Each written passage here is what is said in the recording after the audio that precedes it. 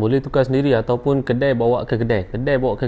Bukan, dia mungkin maksudkan kat sini boleh tukar sendiri ataupun boleh bawa upah pasang kat kedai lah.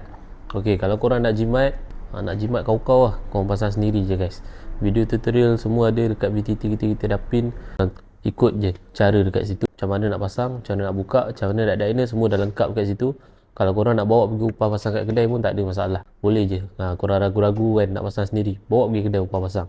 Untuk korang yang mana belum grab bateri iPhone at capacity, yang mana ada masalah bateri cepat habis, nak kena charge full 4, 5, 6 kali sehari guys, ada bateri iPhone at capacity yang mana kapasiti mah bateri ni lebih besar daripada ori, bateri dapat tahan lebih lama. Untuk iPhone 12 ke atas, korang boleh diagnose akan net use, tak ada keluar 64, tak ada keluar verify part, dan juga ada battery health untuk semua model. Korang tinggal PMP je guys. So korang boleh tengok kat sini lah, ini yang mana order battery iPhone at capacity, dekat beg kuning, dekat platform lagi satu pun ada guys. Okay, korang beli dengan Komputer Handphone dapat 3 bulan warranty. Kalau ada apa-apa isu, korang contact je kita akan hantar bateri yang baru guys. So korang tunggu apa lagi guys. Bateri iPhone capacity ni pun dah terjual sebanyak 4,000 unit lebih dekat TikTok shop sahaja, tak termasuk dekat platform lain, tak termasuk yang walk-in kedai. So guys, pergi grab sekarang, ada free shipping, ada discount, terus check out. Okay,